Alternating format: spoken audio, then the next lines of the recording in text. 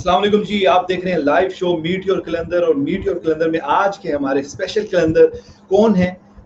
जैसे हमने एक सिलसिला शुरू किया है, फैंस को हम मौका दे रहे हैं इस प्लेटफॉर्म पे आकर बात करें, उनको टीम की परफॉर्मेंस के बारे में कोई अगर बात करनी है, उनके क्या जज्बात थे पीएसएल से रिलेटेड, पीएसएल सीजन 5 में क्या परफॉर्मेंस थी टीम की, वो अपनी बातों को आप तक पहुंचा सकते हैं। और आप भी अगर लाहौर कलंदर के पैशनेट फैन हैं तो आपको भी मौका मिल सकता है। तो अपना पैशन शो कीजिए कमेंट्स की सूरत में, और सोशल मीडिया प्लेटफॉर्म आपके लिए हाजिर है, तो अपना पैशन शो कीजिए और आप भी जगह बना सकते हैं मीट योर कलंदर शो में। और मैं अब उनको अनाउंस करने वाला, उनका नाम अनाउंस करने से पहले बता दूं, वो बहुत एक्टिव हैं ट्विटर पे, देखा जाए अपने शो भी करते हैं और उसमें भी बहुत ज्यादा लाहौर कलंदर को सपोर्ट करते हैं, और अपनी बिजी लाइफ में जॉब के साथ साथ क्रिकेट के पैशन को लेके चल रहे हैं। हमारे साथ मौजूद हैं कलंदर के फैन, कलंदर के सुपर फैन साकिब शाह साहब। अस्सलाम वालेकुम सर, क्या हाल है आपका?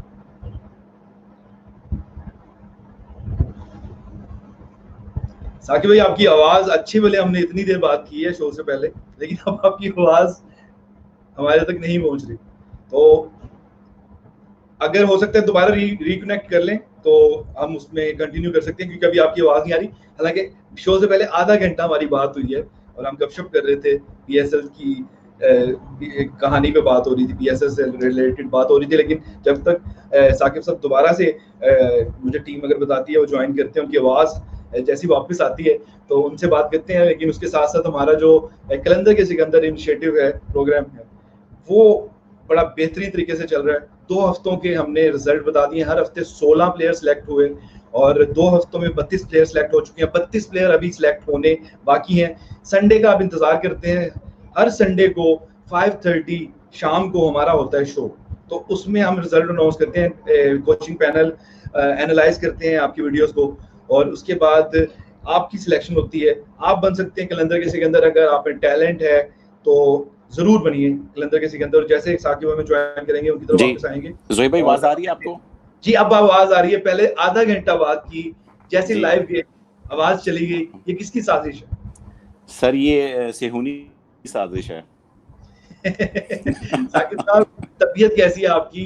कैसा चल रहा है क्वारंटीन? और घर में बैठ के आप ऑफिस का काम करते हो, साथ साथ हमारे शोज देखते हैं, तो लाइफ के बारे में बताइए। बिल्कुल, थैंक यू सो मच। पहले तो ज़ोहेब भाई, आप सबको अस्सलाम वालेकुम, सारे लाहौर कलंदर के फैंस को अस्सलाम वालेकुम, और thank you for having me on your show. और सर, क्वारंटाइन लाइफ आपने मेरी दाढ़ी देख के देख ली होगी। सबकी तरह जो ग्लोबल इशू है इस टाइम पे, कि मैं भी घर में बंधा हुआ हूँ और ऑफिस का काम, ये पीछे ऑफिस ही चल रहा है। और ऑफिस वालों को मैंने कह दिया कि मैं थोड़ा सा हो सकता है मॉर्निंग मीटिंग में ज़रा लेट ज्वाइन करूँ, क्योंकि मैं आप लोगों के साथ लाइव हूँ। तो बिल्कुल ठीक ठाक सर, अल्हम्दुलिल्लाह। आप सुनाइए। बिल्कुल, वो जर्नी याद आती है जब आप ऑफिस जाया करते थे और ट्रेन में आपको एक टाइम मिल जाता था, 1 घंटे का अगर सफर है ट्रेन का, तो हमारा शो उसमें आपको देखने को मिल जाता था, तो टाइम मैच हो जाता था लाइव शो का। वो कैसी जर्नी थी और अब कैसी जर्नी जा रही है? सर बिल्कुल, बहुत मज़े के दिन थे। मैं चूँकि इधर से, मेरा जो शहर है वो टोरंटो से तकरीबन 1 घंटे की ट्रेन की ड्राइव है, तो उसमें आपके मॉर्निंग शो का टाइम मैच कर गया था कि मैं 8 बजे सुबह ट्रेन लेता था, 8 बजे आपका शो स्टार्ट होता था, मेरे सुबह 8 बजे।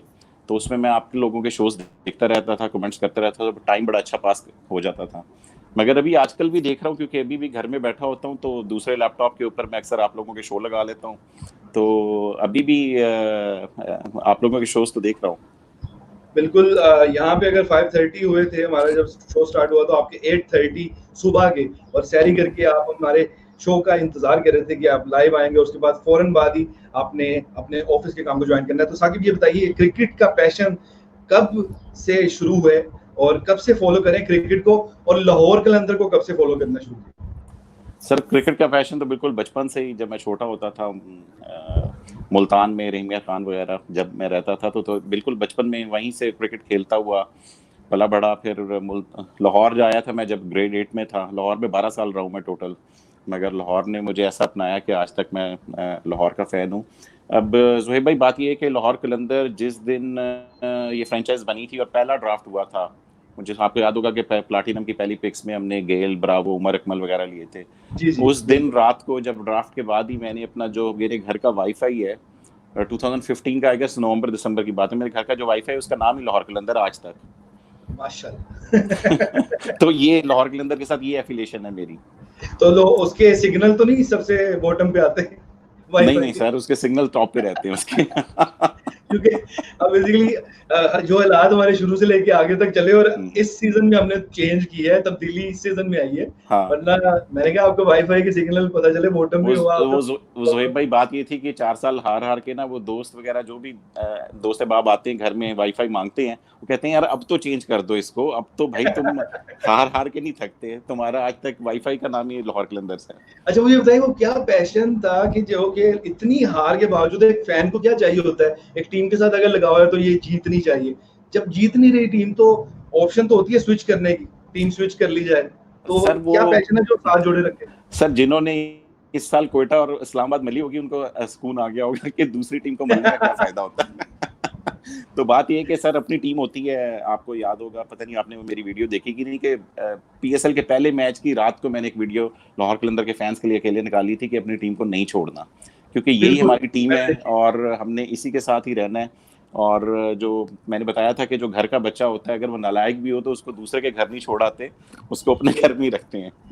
बिल्कुल ऐसे ही। और मैं आपके तस्वीर भी देखता था, आपका शो भी देखता था, उसमें नजर आता था कि आप दिल का कलंदर आपको तंग करता था कि यार यहाँ रहना साथ है, बट थोड़ा बहुत आपको कुछ ऐसे डिसीजन होते थे उस पर आप तनकीद भी करते थे, आपको अजीब भी लगता था कि यार ये ऐसा नहीं होना चाहिए था, इसको ऐसे करना चाहिए था, तो कैसे मैनेज करते थे दिल और दिमाग के मामले को? सर बात ये कि तनकीद ऑफ कोर्स वो फैन का हक होता है, हम सब लोगों ने तनकीद की। जब आपको पता है कि जो डिफीट जो होती है वो ऑर्फन होती है, विक्ट्री हैज मैनी फादर्स, तो जब हारते हैं तनकीद होती है, उसमें मैं भी शामिल रहा हूँ। मगर ये कि मैंने अगर आप देखें तो मैंने एक कंस्ट्रक्टिव तनकीद करता है, जब इस्लामाबाद से हारे हैं तो मैंने एक पॉजिटिव पॉइंट्स की तनकीद की कि ये सारे पॉजिटिव पॉइंट्स हैं।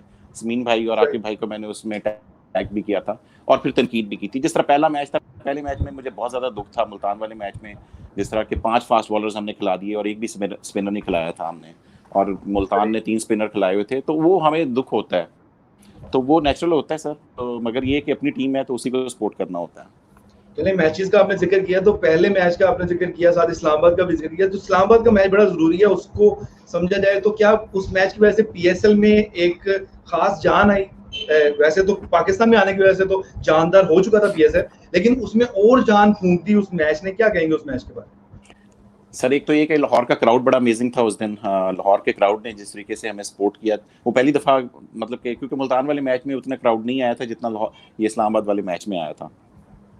फिर उस क्राउड से हमें पता चला कि यार अभी भी लोग लाहौर कलंदर को सपोर्ट कर रहे हैं। फिर हफीज़ ने एक बहुत ही खूबसूरत इनिंग्स खेली, इस तरह की इनिंग्स, उसको वो मैच हमें जीतना चाहिए था, क्योंकि जिस उस किस्म की इनिंग्स के बाद कभी भी कोई ना चाहे कि वो मैच हारे, 98 रन बनाए। और सर फिर डेविड वीज़ा ने उस दिन बड़ी अच्छी बैटिंग की थी, और बहुत से हमारे लाहौर कलंदर के फ़ैन जो मेरे नेटवर्क है ट्विटर का, बहुत से लोग उधर से मुझे कॉल्स कर रहे थे, उधर से मुझे लाइव सीन्स भेज रहे थे। जिस तरह मनरो आउट हुआ है तो मुझे पहले ही पता, मुझे पहले कॉल आ गई थी कि मनरो आउट हो गया, हफीज़ ने जब क्लीन बोल्ड किया है। तो सर बस वो बहुत बहुत दिल टूटा था उस दिन, मतलब कि मगर उस दिन मैंने ब्लेम मतलब कि लाहौर कलंदर को नहीं किया था, वो उस दिन किस्मत थी। शदाब खान का स्निक किसी ने अपील नहीं की, वो शदाब खान 50 कर गया, शनवारी बेचारे से नो बॉल हो गई, वो छिक्का लग गया, तो कुछ अनफॉर्चुनेट सीन्स हो गए थे, मगर वो मैच बहुत मजेदार था, मगर हमें जीतना चाहिए था। अच्छा, टीम मैनेजर समीन राणा साहब के बारे में आपके क्या ख्याल हैं? क्या कैसी मैनेजमेंट है उनकी, कैसे डील करते हैं वो टीम को? सर इसमें 2 चीज़ें हैं। एक तो आपने देखा हो जो मैंने अभी डाउन द ग्राउंड वालों का ड्राफ्ट किया था, उसमें मैंने मैनेजर समीन भाई को बनाया था, क्योंकि उनका क्रिकेट का बैकग्राउंड नहीं है, और उसके बाद आके इतने अच्छे तरीके से प्लेयर्स को हैंडल करना, फिर उसके अलावा सोशल मीडिया को बड़ा अच्छा हैंडल करना।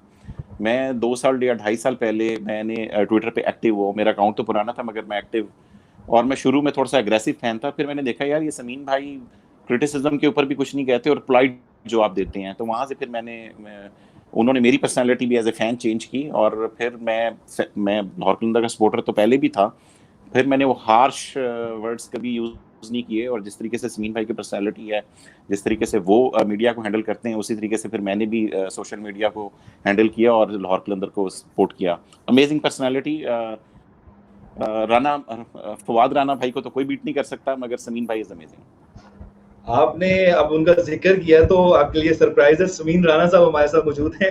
वो आपको देख रहे थे शो में तो उनसे रहा नहीं गया, तो अचानक वो आ चुकी है हमारे शो में, और अब समीन राणा साहब हमें ज्वाइन करेंगे। साकिब अब देखिए समीर राणा साहब आ चुके हैं हमारे शो में। जी अस्सलाम वालेकुम जाकिर। वालेकुम अस्सलाम समीन भाई, कैसे हैं आप? Thank you so much for coming. इतने अच्छे वर्ड्स आपने मेरे बारे में किया, थैंक यू वेरी मच। मुझे कल साकिब का मैसेज आया था, तो साकिब ने मुझे कहा कि कल मेरा शो है तो thank you for inviting me, और आई विल अप्रिशिएट अगर आप भी शो में आ जाए। तो मैंने कहा क्यों नहीं, ऑब्वियसली हमारा इतना अच्छा और सबसे मेरा ख्याल में पैशनेट फैन है लाहौर कलंदर का इतने अरसे से, तो इनकी ख्वाहिश जो है वो सर आंखों पे। तो साकिब आपकी खिदमत में मैं फिर हाजिर हूँ। Thank you so much Sameen भाई, और यही आपका कमाल है कि आप फैंस के साथ एंगेज रहते हैं, और thank you so much for coming. आपका वो एक प्रोग्राम होता था रेलू कट्टे के नाम से, मैंने वो ट्विटर पे एक दो दफा आपने शायद मुझे टैग भी किया था, तो मैंने देखा था। तो मुझे याद है, अब मैं उस वक्त भी आपसे मुलाकात तो नहीं थी, लेकिन इतना पैशनेट फैन देख के मुझे बड़ी खुशी होती थी, क्योंकि आपके जो बाकी साथी थे वो आपको काफी तंज करते थे उस शो में और लाहौर कलंदर की परफॉर्मेंस के ऊपर। तो आज तो मेरा ख्याल में मैं आपसे सवाल पूछता हूँ बजाय इसके कि आप मेरे से सवाल पूछें। सर वो बिल्कुल बात ये है कि मैंने पीएसएल स्टार्ट होने से पहले भी एक रात पहले जब लाहौर कलंदर के फैंस के लिए शो किया था कि अपनी टीम को सपोर्ट करना है, तो उसमें भी मैंने यही बताया था कि कनाडा एक मल्टीकल्चरल कंट्री है, यहाँ पर मेरा बहुत मजाक उड़ाया जाता है कि हम लोग हार रहे हैं, 4 साल से हार रहे हैं, मगर हमारी प्लेइंग 11 बनती है जब, और हमारी प्लेइंग 11 किसी भी प्लेइंग 11 को, ठीक है, हमें सबने नंबर 6 पे रेट कर दिया है। In fact my self I was not rating very high, मगर ये कि प्लेइंग 11 हमारी सॉलिड बनती थी, और वो यही हुआ है कि हमारा कम्बिनेशन क्लिक कर गया। और सर मैं उन फैंस को अभी तक ढूंढ रहा हूँ, वो जिस दिन मेरे हाथ लगे, क्योंकि वो कोरोना स्टार्ट हो गया पीएसएल के बाद, और हमारा शो कोई उस तरह हो नहीं सका, मगर आप फिक्र ना करें, उनका इंतजार हो रहा है। नहीं, मुझे ये बताओ कि जब मुझे याद है ड्राफ्ट हुआ था, तो ड्राफ्ट पे थोड़ी सी आपकी एक ओपिनियन थी। एक तो आपने कहा था कि blow down the order, allrounders लेने जरूरी हैं, जो कि मैं बड़ा इम्प्रेस हुआ, क्योंकि हम लोग भी यही सोच रहे थे। और समित और डेविड वीजा के ऊपर जब हमने फोकस किया तो बहुत सारे फैंस को पसंद नहीं आया। अच्छा, अब आपसे मैं ये पूछूंगा कि आपकी क्या फीलिंग थी जब हमने डेविड वीजा को रिटेन करके प्रैक्टिकली डायमंड की कैटेगरी को ब्लॉक कर दिया था। I think you are not happy with it. बिल्कुल समीन भाई, मैं बिल्कुल भी हैप्पी नहीं था। उसकी वजह ये थी कि मैं चाह रहा था कि हम मेरा ये असूल था, मेरा ये मानना था कि हर कैटेगरी में एक एक स्लॉट ओपन होना चाहिए, और चूंकि हमारे पास गोल्ड की पहली पिक थी, तो मैं सोच रहा था कि अगर हम डेविड वीजा को रिटेन ना करें तो हम उसको गोल्ड की पहली पिक में उठा लेंगे, और हम डायमंड में कोई बड़ा प्लेयर जो कि प्लैटिनम कैटेगरी से रेलीगेट हुआ है, हम उसको उठा लें, जिस तरह कॉलिन मनरो डायमंड में आया था, और 2-4 और भी अच्छे प्लेयर्स जो थे वो डायमंड में, लाइक बेन कटिंग डायमंड में बिका था, और बेन कटिंग ने बड़ी अच्छी परफॉर्मेंसेस भी दी। तो मेरा वो ये था, मगर ये कि गोल्ड की पहली पिक में मैं समझ रहा था लियम डॉसन को लेना चाहिए, और आई was not happy, of course I was not happy, मगर ये कि वो मास्टर स्ट्रोक खेला आप लोगों ने, और आपने हम सबको फैंस को बीट कर दिया। That was amazing pick. अच्छा, नहीं वैसे मैं आपको बताऊँ, आप जितने पैशनेट फैन हो, आप लोगों का नॉलेज जो है ना, सच्ची बात बताऊँ, हमें गाइडेंस देता है। और जब हमने समित पटेल को लिया था, तो एक जब भी हम सिलेक्शन करते हैं ना, तो कोशिश ये करते हैं कि उसमें से इमोशंस को साइड पे कर दिया। ऑब्वियसली वो बिल्कुल एलिमिनेट करना तो मुश्किल होता है, क्योंकि आपने उनके साथ काम किया होता है, जिस तरह डेविड वीजा था। डेविड वीजा को रिटेन करने की जो सबसे बड़ी वजह थी वो उनका एटीट्यूड था। और अगर आपने इस सीजन में देखा हो कि practically after few matches David visa was kind of a deputy captain in the field. वो हर बॉल के बाद कैप्टन के पास भी जाते थे, बॉलर के पास भी जाते थे। तो वो जो वैल्यू वो ऐड इन करते थे ना, उसकी वजह से डेविड को रिटेन करना एक सिंपल डिसीजन था। देखो, क्वालिटी तो सारे इंटरनेशनल प्लेयर्स में होती है, 19-20 का ही फर्क होता है, लेकिन जब कोई इंसान अपनी 100% किसी फ्रेंचाइज के साथ कमिटमेंट शो करता है, उसको हमने रिवॉर्ड करना होता है। और मुझे खुशी हुई कि जब डेविड ने पिशावर के अगेंस्ट हमें फिर से मैच जिताया, और उसके बावजूद आप देखो सारे लोग जा रहे थे, लेकिन ये सारे जो हमारे फॉरेनर प्लेयर्स थे, ये पाकिस्तान में ना सिर्फ रुके, बल्कि इन्होंने टीम को अपनी टीम लेके चले और 100% अपना दिया। तो कुछ फैक्टर्स हम डिसाइड करते हैं एवरेजेस के ऊपर, परफॉर्मेंसेस के ऊपर, एक्स फैक्टर्स के ऊपर, but there are certain areas जहाँ पे इंसान की पर्सनालिटी जो है क्रिकेटर की, वो हमारे लिए काफ़ी इंपॉर्टेंट होती है। तो आप लोगों की गाइडेंस डेफिनेटली है, और बाज़ दफ़ा हर एक को जवाब देना पॉसिबल नहीं होता, एंड वी कैन अंडरस्टैंड कि फैंस को वो बैकग्राउंड्स नहीं पता, इसलिए वो अपने लिहाज से बिल्कुल ठीक कह रहे हैं। एक और फैन की तरफ से बड़ा क्रिटिसिज्म आया था, आपकी तरफ से भी मेरा ख्याल में आया था, टॉम बेंटन का। वो आपने वर यू सरप्राइज्ड कि हमने उनको नहीं लिया? सर वो हमें पता था कि मिलना ही नहीं है। उसकी वजह ये है कि हमारी तीसरी पिक थी और उसने पहली 2 पिक्स में निकल जाना था, तो उसमें मैंने तो कोई क्रिटिसिज्म नहीं किया था। तो आप मुझे एक बात बताओ, आपको what do you like about Lahore Qalandar? बाकी भी फ्रेंचाइज हैं, आप इतने पैशनेट कैसे हो लाहौर के बारे में? समीन भाई पैशनेट इस वजह से हूँ कि मैं 12 साल लाहौर में रहा हूँ। आई गेस पाकिस्तान में सबसे ज़्यादा मैं जिस सिटी में रहा हूँ वो लाहौर है, और मेरी हाई स्कूलिंग और हायर एजुकेशन, पहली जॉब लाहौर में थी क्रिकेट से, तो वही मेरी सिटी है। और बाकी जौन से भी टीम्स हैं वो, मैं मुल्तान में 5 साल रहा हूँ, मुल्तान में बड़े अच्छे 5 साल मैंने गुजारे हुए हैं, मगर पहले साल में तो, और मगर लाहौर में चूँकि 12 साल गुजारे हैं, तो मेरी लाहौर के साथ ही एफिलिएशन है। और फिर ऑफ कोर्स अपनी टीम से आपको प्यार हो जाता है, और मैं वो भगौड़े फैन में, प्लास्टिक फैन नहीं हूँ जो कि हार जो सिर्फ चढ़ते सूरज को सलाम करें कि बस जो जीत रही है उस टीम के साथ हो जाओ। मैंने भी ज़ुहैब भाई को बताया कि उन फैंस को सुकून आ गया होगा कि हमें जो छोड़ के जो इस्लामाबाद या कोटा मल लिया जिन्होंने इस साल। ऑब्वियसली सारी पाकिस्तान की टीमें हैं, लेकिन फैंस की जहाँ तक मैं बात करूँ तो जो मैंने इस शो में फॉरेन का एक दो इंटरव्यू किए, और शहीन शाह को स्पेशली थैंक्स करने का कुछ शो में आया था, और उसके बाद मैं आपके लिए आया हूँ। तो फैंस हमारे लिए कितने इम्पोर्टेंट है, इससे आपको जरूर पता लगेगा। समीन भाई बिल्कुल, मैंने आपका वो शो भी देखा था जब आप अचानक शहीन के शो में आप अचानक आ गए थे, और मुझे उससे भी ज़्यादा खुशी आज हो रही है कि आप स्पेशली आज मेरे लिए आई हैं। आपको पता होगा कि हमारी 2-3 मुलाकातें अनफॉर्चुनेटली नहीं हो सकी। लाहौर में आपने मुझे बुलाया तो मैं इस्लामाबाद के लिए मोटरवे पे चढ़ चुका था। फिर दुबई में भी आपको पता है कि बारिशें हो गई थी, और एक दिन में आप मेरे ख्याल में ओमान में फंस गए थे। मगर ये कि मुझे वाकई आज बहुत खुशी हो रही है, जब ज़ुहैब भाई ने परसों मुझे कांटेक्ट किया तो मुझे बिल्कुल उस दिन से ही आई वाज सो एक्साइटेड कि मुझे आप लोगों ने शो पे लिया है। तो बहुत बहुत शुक्रिया आप लोगों का, और मुझे बहुत मज़ा आ रहा है। देखो ये साकिब, ये जो फ्रेंचाइज है ना, इसका जो सबसे बड़ा एसेट है वो फैंस है, क्योंकि जो टीमें कप जीत जाती हैं उनके फैंस बड़े जल्दी से बढ़ भी जाते हैं, क्योंकि वो कप के फैन होते हैं। जो लाहौर कलंदर्स के फैन हैं वो इस फ्रेंचाइज के फैन हैं, और वो उन फैंस ने पिछले 4 सालों में जिस तरह से फ्रेंचाइज को सपोर्ट किया है, ये हमारा सबसे बड़ा एसेट है। और आपने तो बहुत ही ज्यादा हमें सपोर्ट किया। एक आपने वीडियो भी बना के भेजी थी, पता नहीं आप किसी अरीना में थे, वहां पे कॉन्सर्ट हो रहा था, तो that was very very special, बड़ा अच्छा लगा वो न्यू ईयर नाइट थी, मैं लाहौर में ही था उस दिन, एम्पोरियम मॉल में, उसकी फूड कोर्ट में मैं बैठा हुआ था। अच्छा आप वो अरीना की बात कर रहे हैं जिसमें वो समीन भाई, वो दुबई में वो जो विलेज नहीं है, ग्लोबल विलेज, वो उधर की थी, वहां पर कॉन्सर्ट हो रहा था। अच्छा। और फिर आपने किसी बीचेस पे भी जाके लिखा हाँ लाहौर कलंदर का, और फिर आपने 2-3 शेर भी किए। कसम से मैं सच्ची बात बताऊं, जब आप इस तरह के, आप जैसे पैशनेट फैन देखता हूं ना, तो कभी मैच से पहले इतनी टेंशन नहीं होती। जब आप जैसे पैशनेट फैंस को देखता हूं तो ज्यादा स्ट्रेस होता है कि यार किसी तरह से हम इनको खुशियां दे दें। आप लोगों ने 4 साल हारने के बावजूद और इतने सारे क्रिटिसिज्म के बावजूद लाहौर को सपोर्ट किया। So thank you so much for all this support, Saqib.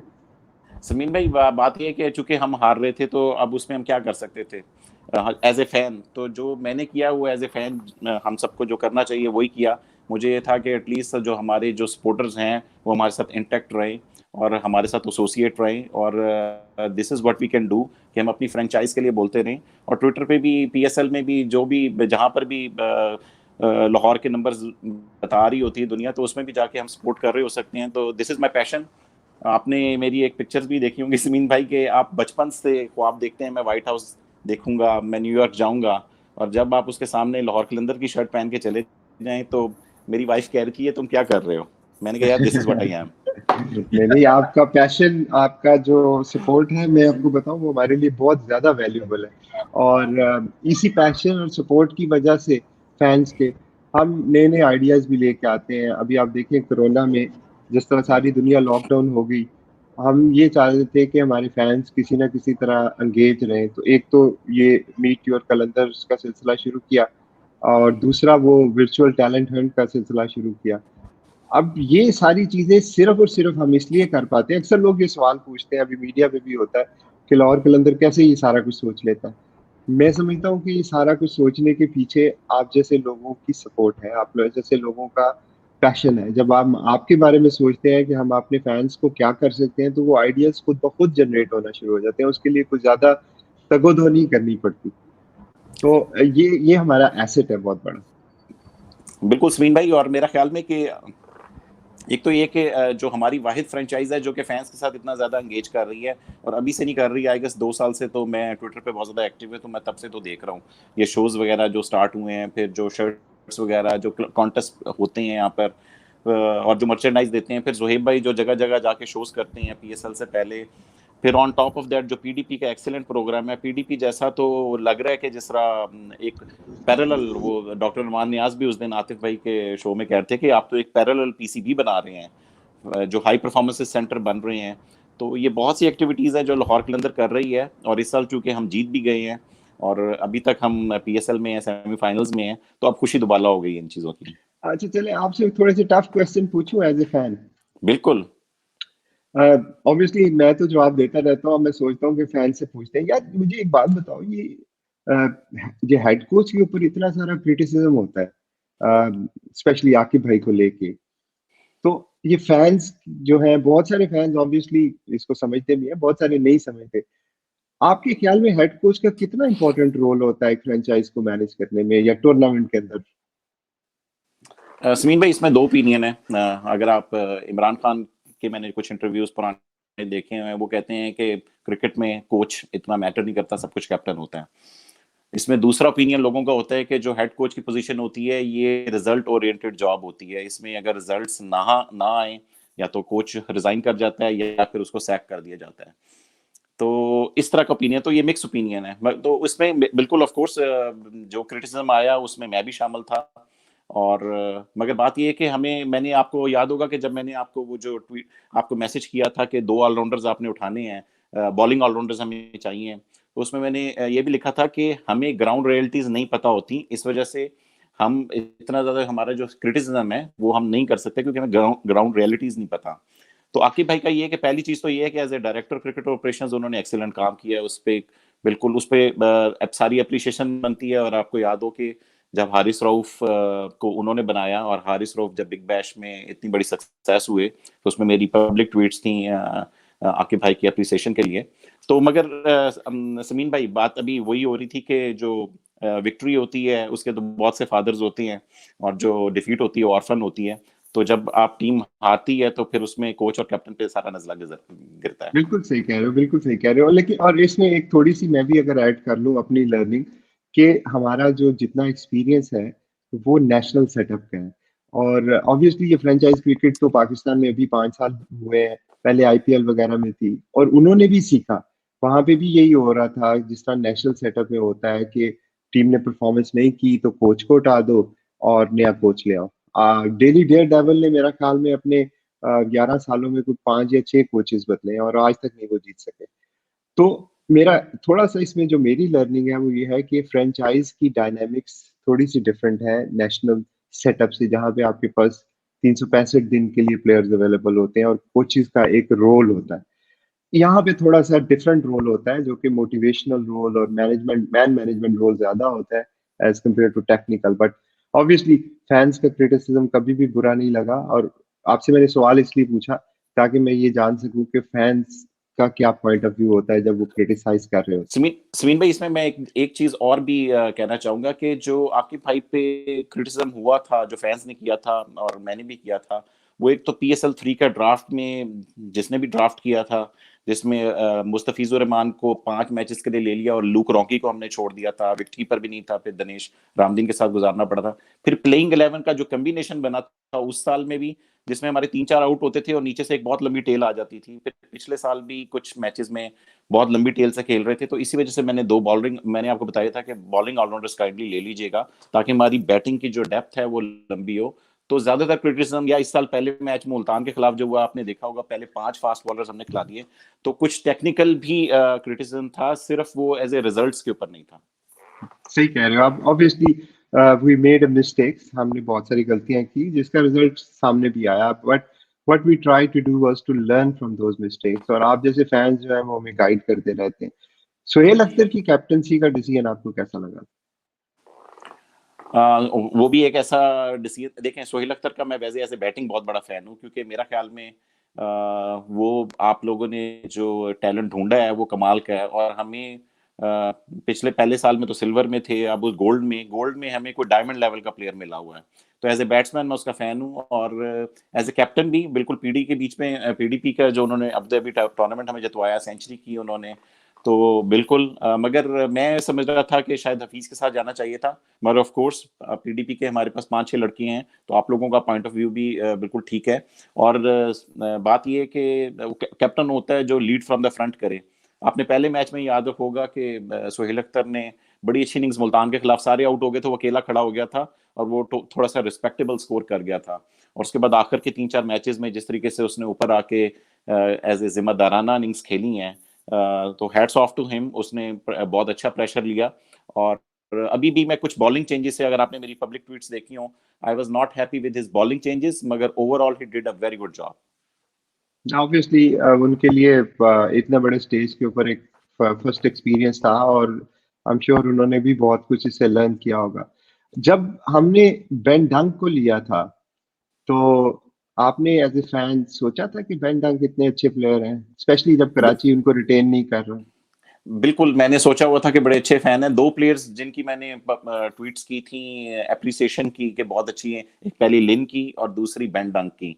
क्योंकि बेन डंक बजांसी सुपर लीग का टॉप स्कोरर था, और वहां पे आगे 475 रन्स वो करके आ रहा था। और साउथ अफ्रीका में जाके, साउथ अफ्रीका की सरजमीन जहां पर एबी डिविलियर्स खेल रहा हो, डुप्लेसी खेल रहा हो, जेपी डुमनी खेल रहा हो, वहां पर चल के टॉप स्कोर करना बड़ी बात है। तो that was a fantastic pick, और सिल्वर में आपको एक ऑस्ट्रेलियन विकेटकीपर मिल जाना, तो I was very happy with the decision.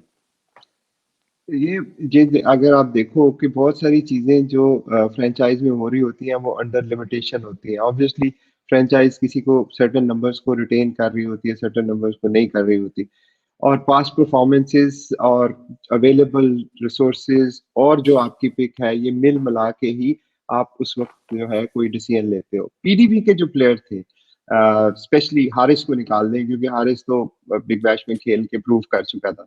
Between माज खान, फरजान राजा, दिलवर हुसैन और जो हमारा फैजान है, आपको सबसे ज्यादा बेहतर और इम्प्रेस किसने किया?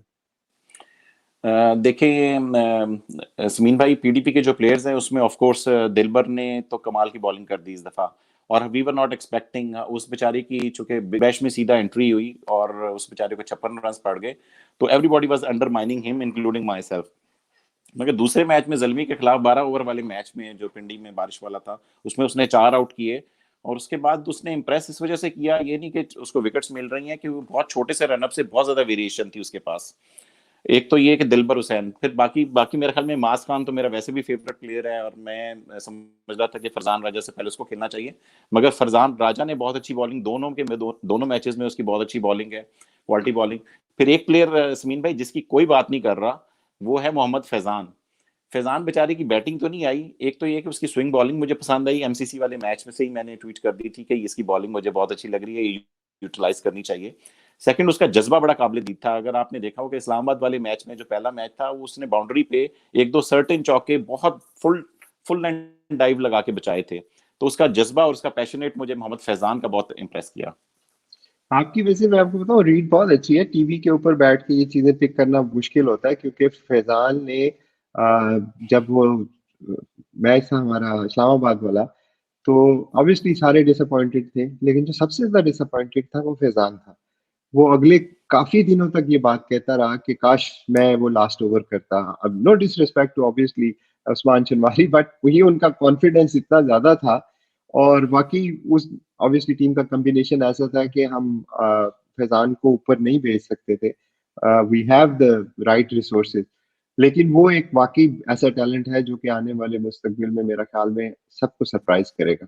बिल्कुल, उसने इस्लामाबाद के वो जो सेकंड वाले मैच में आते साथ एक छिक्का लगा दिया था, तो वहां से पता चल गया था कि द गाय कैन हिट, के मतलब आया है, पहली बॉल ही है और आपने बैट के 6 लगा दिया है। तो आई वाज विशिंग कि इसको किसी तरीके से ऊपर कोई एक बारी मिल जाए जिसमें ये अपने आप को कुछ प्रूव कर दे। उसमें जज्बा भी बहुत अच्छा लग रहा था, तो I really wanted to appreciate on this media कि आज मैं उसकी बात करूं, मैं करना चाहता था। और मोहम्मद फैजान अगर बात सुन रहे हैं तो आपने जो बड़ी जज्बे से फील्डिंग वगैरह की थी और खेली थी, वो नोट की थी हमने।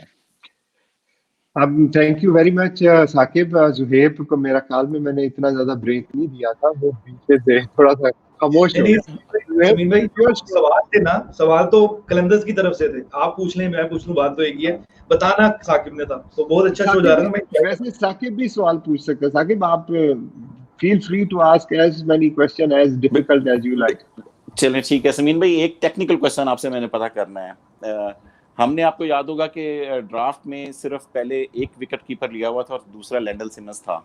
लैंडल सिमंस जब जख्मी हुआ, चूंकि हमारे पास कोई लोकल कीपर नहीं था, तो आप लोग गए हैं डेन विलास के ऊपर, आपने उस डेन विलास को उठाया है।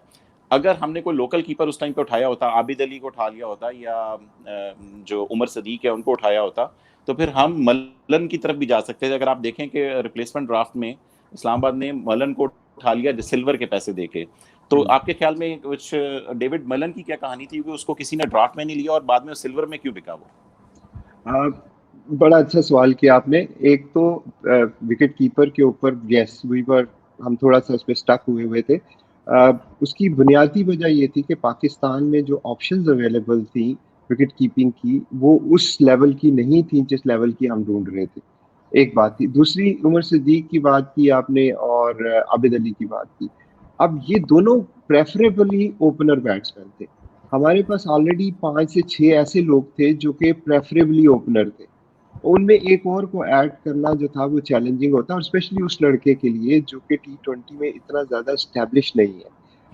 आबिद अली हो जाए या उमर सिद्दीक हो जाए, वो T20 में ऑब्वियसली उतने स्टैब्लिश नहीं है, और टेस्ट में तो आबिद ने बहुत अच्छा परफॉर्म किया। आबिद ऑब्वियसली शॉर्टलिस्ट कैंडिडेट्स में था। कोशिश हमारी थी कि हम लोकल प्लेयर को उठाते। रिजवान को हमने जूम इन किया हुआ था, लेकिन उनका कुछ कैटेगरी का चक्कर हो गया। जो ड्राफ्ट में कैटेगरीज हमें बताई गई थी वो गोल्ड तक थे, but finally somehow Karachi pick him in silver. तो थोड़ी मिसकम्युनिकेशन थी जिसकी वजह से रिजवान जो थे वो एक क्वालिटी विकेट कीपर बैट्समैन है जिसको हम कंसिडर कर रहे थे। जब विलास की बारी आई तो विलास जो था, हमने जब सिमंस को रखा तो वो बैकअप विकेट कीपिंग ऑप्शन भी थे एज यू सेड। लेकिन विलास के लिए इसलिए हम गए कि एक तो उनके रिकॉर्ड बहुत अच्छा था, दूसरा वो स्पेशलिस्ट बैट्समैन है नंबर 5 पोजीशन के। जितनी भी अभी उन्होंने रिसेंट क्रिकेट में सक्सेसेस या परफॉर्मेंस दी है वो नंबर 5 पोजीशन पे दी है, तो वो आइडियली सूटेड थे। और उनका डोमेस्टिक रिकॉर्ड इंग्लैंड काउंटीज का बहुत अच्छा है। तो इस वजह से हमने विलास को जो है वो प्रेफर दिया। David Malan was very close. Obviously हमारे कैप्टन थे T10 में कलंदर्स में, और is a very good friend of us as well. और वो कलंदर्स की फिलॉसफी को भी समझते हैं, और मेरी हत्तुल इम्कान कोशिश थी कि मैं किसी तरह डेविड मलान को ले सकूं। बट देन अब वही बात जो मैंने की कि आप अपने इमोशंस को डिस्कनेक्ट करते हैं, आप टीम फर्स्ट कॉन्सेप्ट पे जाते हैं। हमारी टीम को एक बैकअप विकेट कीपर की जरूरत थी। अगर हम मलान को ले लेते तो हम बिल्कुल एक्सपोज थे विकेट कीपिंग में। We have only one option that was Ben Dunk. Not कि बेन डाउन के ऊपर हमें कॉन्फिडेंस नहीं था, हमें कॉन्फिडेंस था, लेकिन फॉर्म प्लस माइनस किसी की भी हो सकती है, इंजरीज हो सकती है। इतना बड़ा रिस्क लेना कि आप बैक टू बैक मैचेस हैं, आप एक कीपर के साथ जा रहे हैं, आपके पास 18 में कोई कीपर नहीं है, तो फिर दूसरा जो मैच होगा अगले दिन आपकी मजबूरी बन जाएगा, आपको इतनी जल्दी रिप्लेसमेंट नहीं मिलेगा। तो ये थोड़े से फैक्टर्स थे जिसकी वजह से हमने विलास को लिया। ठीक है, और सवाल पूछें। और सवाल पूछें, जरूर पूछें। बिल्कुल, अभी इन्होंने बड़ा अच्छा एक्सप्लेन किया आपने समीन भाई। और मुझे बताएं समीन भाई कि अब PGP के जो आप लोगों का बड़ा अच्छा ये प्रोडक्ट हमारी बनी है, इसमें इस दफ़ा आप मैं देख रहा हूँ कि आप लोगों के दूसरे वर्चुअल टैलेंट हंट भी स्टार्ट हो रहा है। तो अगले साल के ड्राफ्ट में पीडीपी के प्लेयर्स के लिए ऑफ कोर्स आप लोग ज़्यादातर प्लेयर्स पिक करेंगे। मेरा एक क्वेश्चन ये है कि अंडर 19 में भी पाकिस्तान के क्रिकेट के डोमेस्टिक में भी बहुत से अच्छे प्लेयर्स होते हैं, जिस तरह हैदर अली हम इस दफ़ा ले सकते थे अगर हमारी बारी उसमें होती, मगर हम तो पीडीपी के प्लेयर्स के साथ जा रहे थे। तो क्या आपका कोई फ्यूचर प्लान है कि आप पाकिस्तान डोमेस्टिक के अच्छे प्लेयर्स पे भी, क्योंकि एक बड़े अच्छे विकेट कीपर बैट्समैन आजकल मोहम्मद हारिस चल रहे हैं, तो क्या ऐसी कोई सिचुएशन होगी कि आप डोमेस्टिक प्लेयर्स को भी कंसिडर करेंगे ड्राफ्ट में? बिल्कुल, डेफिनेटली हमारा कभी भी ऑब्वियसली प्रेफरेंस पीडीपी को देने की एक वजह है, क्योंकि वो लड़के हमारे साथ पूरा साल काम किया होता है, हमने उनको अकॉर्डिंगली ट्रेन किया होता है सर्टेन रोल्स के मुताबिक। वेराज डोमेस्टिक में शायद हम वो कॉम्पिटेंस लेवल या वो टफनेस लेवल नहीं मिलता जो आपको शायद ऑस्ट्रेलिया में या इधर उधर खेल के T20 में मिल जाता है, तो एक कंफर्ट वहाँ से डेवलप होता है। लेकिन जो डोमेस्टिक के अच्छे लड़के हैं जिनमें पोटेंशियल है, डेफिनेटली वो हमारे रेडार पे होते हैं। Haider Ali was on our radar और हम उसको बिल्कुल जूम इन किया हुआ था। लेकिन देखिए, आप जब सिलेक्शन कर रहे होते हैं ना, तो फिर आप अपनी टीम कॉम्बिनेशन के ऊपर जाते हैं। Haider Ali preferably opener batsman, वो तो पेशावर ने उनको रिस्क लिया और नीचे खिलाया क्योंकि उनके पास एक इमर्जिंग की ऑप्शन थी। हमारे पास ऑप्शन ऊपर प्रेफरेंस नहीं थी, 1 2 3 4 5 तक भी ऑप्शन नहीं थी, तो Haider Ali could have been wasted अगर हमने लिया होता। तो हमने फैजान को इसलिए प्रेफर किया कि Faizan was giving us an all rounding option, वो बॉलिंग भी करा लेता था और पीडीपी का था। तो मकसद बताने का यह है कि कभी भी ये बाइस नहीं रहा कि हम डोमेस्टिक के लड़कों को नहीं लेंगे। हमारा कभी भी ये नहीं है, हमारा ये जरूर है कि हम पीडीपी के लड़कों को प्रेफर करेंगे, लेकिन अगर डोमेस्टिक में कोई टॉप टैलेंट है तो डेफिनेटली उनको भी लेंगे। अच्छा, एक बीच में कमेंट आया, मैं उसको शामिल कर रहा हूँ। और अली खान तरीन साहब, उन्होंने कहा है जी, no doubt Qalandar have a special connection with their fans. Sameen साहब क्या कहेंगे? अली भाई, ये अली खान तरीन तो मुल्तान वाले हैं ना? जी जी, मुल्तान वाले भाई। अच्छा, अली भाई का तो मैं खुद फैन हूँ उनका, तो इससे बड़ी बात क्या हो सकती है। He is a wonderful person और मेरा ख्याल में he genuinely wanted to do something for the cricketers and from the youngsters। और जितनी उन्होंने मेहनत करी अपने लड़कों पे, उनकी टीम, मुझे बड़ी खुशी है कि उनकी टीम ने टॉप पे फिनिश किया। ऑब्वियसली अगर लाहौर और मुल्तान का फाइनल होता तो मुझे बहुत ज़्यादा मज़ा आता।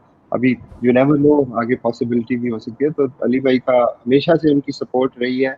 बेसिकली लाहौर कलंदर के लिए सपोर्ट उनकी इसी वजह से है कि he likes the work which we are doing, और सेम फॉर अस।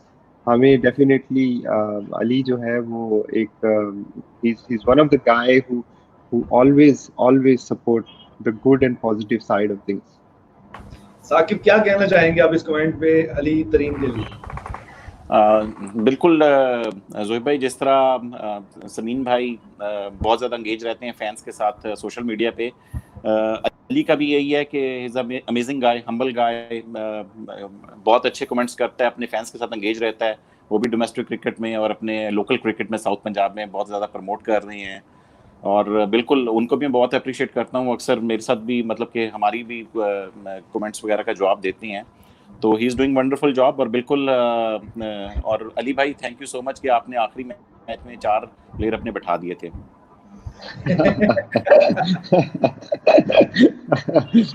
और अली भाई ने कमेंट्री की, आपको नहीं पता चला होगा, ग्राउंड में हम थे, क्राउड के जो गैर मौजूदगी थी उसका पता ही नहीं लगने दिया, और अली भाई ने जो आवाजें लगाई, और समीन भाई सुन रहे थे मेरे, उन तक आवाजें पहुंची। स्पेशली जब हारिस को मार पड़ रही थी तो उन्होंने बहुत आवाजें लगाई थी, वो सारी हमें आ रही थी।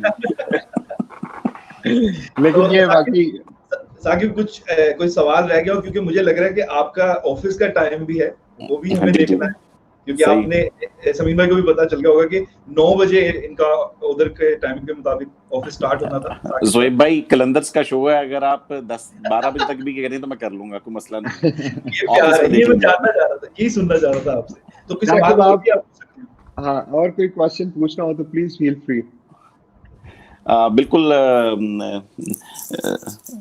बिल्कुल समीन भाई, तो मुझे ये बताइए, आपके इस साल पीडीपी के तो प्लान्स का हमें पता चल गया है, इसके अलावा कलंदर्स के कौन से टूर हैं? एक तो ये कि सबसे बड़ी एक प्रॉब्लम मुझे आती है, अच्छा भी लगता है बहुत से फैंस लाहौर कलंदर के समझते हैं कि मैं लाहौर कलंदर की शायद मैनेजमेंट में हूँ, वो मुझे अपनी वीडियोस भेजते रहते हैं, आज भी किसी ने मुझे अपनी वीडियो भेजी है, और तो वो जानना चाहते हैं कि ये जो पीडी के प्लेयर्स हैं इनके कौन से टूर्स हैं इस साल के।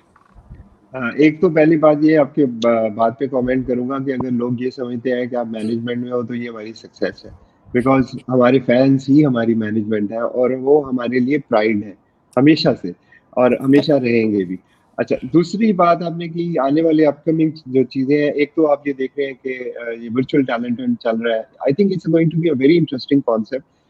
64 बच्चे तो हम सिलेक्ट करेंगे 4 वीक्स में, उसके बाद जो है ना वो ज्यादा मजा आने वाला है। वो हम क्या करेंगे कि हम उनको, जिस तरह आप रियलिटी शोज में देखते हैं, उनको हम पब्लिक में लेके जाएंगे ताकि पब्लिक वोटिंग और कोचेस की इनपुट से हम शॉर्ट लिस्टिंग करें, जो कि पाकिस्तान में और मेरा ख्याल में दुनिया में क्रिकेट में अभी तक ऐसा नहीं हुआ। तो एक हमारी छोटी सी कोशिश है फैंस को, आप जैसे नॉलेजेबल फैंस को हम ये मौका दें कि आप फैजान को सिलेक्ट करें, हो सकता है मास को कम वोट दें, तो एक फैंस की ओपिनियन पे बेस करते हुए हम शॉर्टलिस्ट करेंगे उन बच्चों को। तो ये 2 महीने का प्रोग्राम होगा।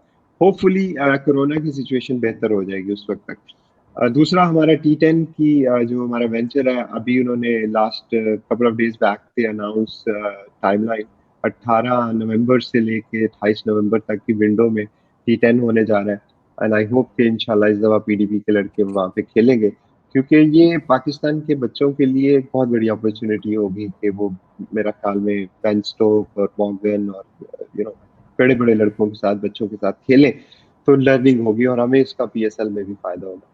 And obviously depending upon the situation of corona, Australia में जो हमारा वेंचर है इस दफ़ा we are looking to expand it. Melbourne की टीमों के साथ भी हम एक डिस्कशन में है, बात अभी फाइनल नहीं हुई जो कि एक एक्सचेंज प्रोग्राम हम चला रहे हैं। बट आई डोंट नो कि ये कोरोना की इफेक्ट जो है और वर्ल्ड कप किस स्टेज पे जाएगा और फिर बिग बैश पे क्या इम्पैक्ट होगा, बट ये हमारे शॉर्ट टर्म के प्लान है और इन बिटवीन ऑब्वियसली PSL का रिमेनिंग हिस्सा जो खेलना है।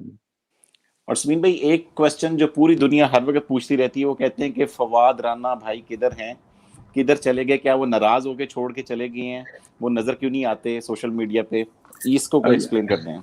या फवाद भी तो कभी भी सोशल मीडिया पे थे नहीं। ऑब्वियसली तो आपको पता है उनके जो अकाउंट्स भी बने हुए हैं वो फेक ही है। सोशल मीडिया लाहौर कलंदर का मैं ही मैनेज करता हूँ पर्सनली, और लाहौर कलंदर का हमारा जो ऑफिशियल अकाउंट्स है, आतिफ और Aqib is also very inactive on those social media platform. तो फवाद भाई का प्लान था आने का, ऑब्वियसली कुछ कमिटमेंट्स की वजह से वो पहले नहीं आ सके थे। तो प्लान था 15 तारीख को आने का, जो मुल्तान के साथ हमारा मैच था। बट वो जो वर्ल्ड सिचुएशन गॉट सो डिटीरिएटेड के फ्लाइट्स बैन और सारा कुछ, तो अनफॉर्चुनेटली वो नहीं हो सका। अब बट डेफिनेटली आने वाले दिनों में जैसे ही ये सिचुएशन बेहतर होगी वो आदमी आपको नजर भी आएंगे और आपको जो है उसी तरह से वो दमादम मस्त भी करेंगे। कोई ऐसी जो कॉन्स्पिरेसी थ्योरीज लोगों ने फैलाई हुई है वो उसमें कोई सच्चाई नहीं है, लेकिन ऑब्वियसली एक लोगों का एक प्यार है, अटैचमेंट है, वो जो बेहतर समझे वो कह देते हैं। अच्छा, एक हैशटैग सजेस्ट हुई है, बाजवा कहता है, एक आईडी है और बाजवा साहब की तरफ से हैशटैग आई है कलंदर दिल दे अंदर। मतलब मैं वो कलंदर दिल से के बाद अब आ चुकी है कलंदर दिल दे अंदर। साकिब, ये आपको कैसी लगी हैशटैग? सर ये आपको पता ही है कि कौन है, ये फखर बाजवा आपके शो पे आया हुआ है। बिल्कुल, और वो हमारे मेरे ख्याल में इस साल के नवंबर दिसंबर वाली शो में, आपके शो में आया था। बिल्कुल, वो भी लाहौर कलंदर का बड़ा पैशनेट फैन है और हंसी मजाक तो आपको पता है वैसे भी चलता रहता है, और बिल्कुल कलंदर दिल के अंदर। तो समीन साहब, हैशटैग के बारे में आप क्या कहेंगे? देखो, मैं तो अगर फैन ये कहें कि कलंदर दिल के अंदर, तो मेरे लिए तो इससे ज्यादा खुशी की बात ही कोई नहीं हो सकती, क्योंकि हमारी कोशिश ये रही है हमेशा से। ऑब्वियसली टीम की परफॉर्मेंस जैसी भी रही, हमारी कोशिश जरूर ये रही कि किसी ना किसी तरह अपने फैंस को, अपनी यूथ को कोई अपॉर्चुनिटी दे सके, कोई खुशियां दे सके। और जितना वो ओन करते हैं इस ब्रांड को, या जितने वो कमिटेड है इसके साथ, मेरे पास बाकी अल्फाज नहीं होते कि मैं उनका थैंक यू कह सकूं। एक क्वेश्चन मेरे ज़हन में आ रहा है, समीन भाई और ज़ोएब भाई आप दोनों बताइएगा कि वीजा ने जब 6 लगा के इस दफा जितवाया तो खिलाफी स्टेडियम में क्या समा था? पहले समीन साहब बताएं। नहीं ज़ोएब, आप शायद क्राउड में थे, आप बताओ। मैं तो ड्रेसिंग रूम में था। मैं समझ सकता हूँ कि वीजा ने लास्ट सीजन में भी ऐसे ही जतवाया, लेकिन वो पाकिस्तान में मैच नहीं हुआ था। लेकिन इस दफा लाहौर कलंदर का मैच लाहौर में हुआ और इतनी क्रूशल मोमेंट पे उन्होंने जब सिक्सर मारा तो ऐसे लग रहा था जैसे कोई पाकिस्तान वर्ल्ड कप जीता। मतलब इतनी खुशी क्राउड में मैंने देखी। और ये वाकई कोई भी स्टेज हो, कभी भी मैच इस स्टेज पे चला जाए, कोई भी क्रिकेटर ऐसे सेकंड लास्ट बॉल पे सिक्सर मार के मैच जितवा दे तो वो तो खुशी होती है। बट आप सोचें कि कलंदर के फैन हो, लाहौर का मैच हो और लाहौर कलंदर का लाहौर के कजाफी स्टेडियम में मैच हो, तो आप इमेजिन करो साकिब क्या हुआ। मेरा दिल कर रहा था कि काश मैं वहां पर होता और मैं वो समा देखता कि कजाफी स्टेडियम कैसा है। कुछ वीडियोस मैंने देखी थी, मगर आई रियली विश कि मैं उस टाइम पे वहां पर होता। साकिब वहाँ पे आपको बताऊं, as a part of management जो हमारे लिए सबसे बड़ा स्ट्रेस पॉइंट होता था वो ये होता था कि ये 20,000 25,000 लोग जो हैं ये लाहौर कलंदर की मोहब्बत में आए हुए हैं और टीम हमारी हार भी रही है, ये फिर भी आए हैं, टिकट्स खर्च के आए हैं, इतनी सिक्योरिटी, उसके सारे चेक्स वगैरह। तो दिल से होता था कि यार काश हम ये इनको वो कोई खुशी दे सकें। तो सबसे ज्यादा रिलीफ जब हम जीतना शुरू हुए तो ये था कि जब हम फैंस की वो खुशी देखते थे ना, तो यकीन माने वो बयान से बाहर है वो कैफियत। क्योंकि इतने इतने पैशनेट फैन हैं जो काफी क्रिटिसिज्म, बैशिंग, आप जो मर्जी कह लें मीडिया के ऊपर, को आकिब जावेद से लेके मेरी जात तक या फवाद भाई की जात तक या आतिफ को या प्लेयर्स को, everybody said lot of things. लेकिन जो हमारे फैंस थे, जो 18-20 हजार तमाशाई था, जो आपने एमसीसी में भी मैच में देखा, एक क्लब के मैच को स्टेडियम फुल कर दिया हमारे फैंस ने। तो इसी वजह से जो फैंस हैं वो हमारी नंबर 1 प्रायोरिटी, और वो फीलिंग्स बतानी मुश्किल है। बिल्कुल। और साकिब एक चीज ऐड करूं मैं, फैन ने कहा है कि हाथ जोड़कर भाई नाम चेंज मत कीजिएगा कलंदर का। बात ये है, मैं समीन भाई ने पता नहीं मेरी कन्वर्सेशन आपके साथ सुनी कि नहीं समीन भाई, कि यहाँ पर कनाडा में भी एक लीग मैं करवाता हूँ, वो पीएसएल की बिल्कुल रेप्लिका है, 5 महीने में होती है क्योंकि हम सिर्फ वीकेंड्स पे खेल सकते हैं। तो उसमें भी मेरी टीम लाहौर कलंदर ही है और मैं भी 4 साल से हार ही रहा हूँ बॉर्डर पे। तो मैं कई दफा सोचता हूँ यार ये दुनिया सही तो नहीं कहती कि नाम चेंज करना चाहिए। मैंने कहा नहीं, जब तक लाहौर कलंदर चेंज नहीं करेगी मैं भी नहीं चेंज करूंगा। देखिए बात यह है कि नाम तो ऑब्वियसली आप, एक हमारी फिलॉसफी है जिसकी बेसिस पे ये नाम रखा हुआ है। हार जीत गेम का हिस्सा होती है और उसको पॉजिटिवली एक्सेप्ट करना चाहिए। मैं नहीं समझता कि हारने के बाद दिल दुखता है, नो डाउट। आप मेहनत करते हैं किसी काम के लिए तो आपको बहुत ज्यादा एक्सपेक्टेशन भी होती है, बट गेम लक पे डिपेंड करती है, प्लेयर्स की परफॉर्मेंस पे डिपेंड करती है और आपकी किस्मत पे भी डिपेंड करती है। तो जिस दिन जब आपका टाइम होता है तो फिर बड़ी बड़ी चीजें भी चेंज हो जाती हैं। तो लिहाजा नाम से मेरा नहीं ख्याल को इतना ज्यादा फर्क पड़ता है। हाँ, इससे फर्क पड़ता है कि आप ग्राउंड में क्या परफॉर्म कर रहे हैं। बिल्कुल, मैं नाम मेंशन कर दूं जिन्होंने ये कहा है, राव अरसल इनका आईडी है, शायद अरसलान हो। हाँ, राव अरसलान ही है। तो इतने सालों से हम सुन रहे थे चेंज कर दो चेंज कर दो, अब इन्होंने बड़े अरसे बाद मेरे कानों में आवाज आई है कि अब चेंज ना करें। जोहेब भाई बात ये है कि पहले हम एमसीसी से हारे, उसके बाद पहले 3 मैचेस भी हार गए। आपको शोएब अख्तर का शो याद होगा कि शोएब अख्तर कह रहे थे कि एक तो ये कलंदर, एक वो कलंदर, एक राबिया बसरी वो कलंदर, तुसी कड़े कलंदर आ गए हो यार। और उसके बाद जब हमने जीतना शुरू किया तो फिर उन्होंने लाहौर कलंदर के तारीफों के पुल बांध दिए। तो ये सब अच्छा, कुछ मजे की बात बताऊं, होता है। अच्छा मजे की बात बताऊं कि वो एमसीसी का जो मैच था वो भी बड़ी एक इंटरेस्टिंग स्टोरी है। तो वो हमने तो वो मैच इसलिए कजाफी स्टेडियम में रिक्वेस्ट की पीसीबी को करवाने की क्योंकि वो मैच तो होना था एचएसएन में। वसीम खान से बात हुई, उन्होंने बताया कि यार आप लाहौर की टीम है तो आप खेलना चाहेंगे। हमने कहा डेफिनेटली खेलना चाहेंगे। तो उनसे यही कहा कि अगर आपके एमसीसी 50 साल बाद पाकिस्तान आ रही है तो हमारे जो फैंस हैं उनका हक बनता है कि वो मैच में आकर, ग्राउंड में आकर उसको मैच को देखें। हम तो उसको बिल्कुल एक फेस्टिविटी के तौर पे ले रहे थे। और आपने देखा होगा कि हमारे मेन प्लेयर शहीन और हारिस उस मैच में नहीं खेले। इवन दिलबर से भी हमने पूरा कोटा नहीं करवाया क्योंकि मकसद उस फेस्टिविटी को एंजॉय करना था। मकसद 50 साल बाद एमसीसी का पाकिस्तान में आना, उसको सेलिब्रेट करना था। और hats off to the fans के 2 दिन के नोटिस के ऊपर पूरा कजाफी स्टेडियम, उनको गेट बंद करने पड़ गए थे, इतने ज्यादा लोग आ गए थे। तो लेकिन उसके कॉन्सिक्वेंसेस क्या हुए कि वो जो डिफीट हुई एमसीसी की, वो भी पीएसएल के खाते में डाल दी गई। खाते में। तो उन्होंने कहा, वो एक मुझे किसी ने बताया कि वो कुछ आपस में लोग बैठे बात कर रहे थे, तो आपस में हमारा शुगर लगा रहे थे, वो एना को भी नहीं जीते।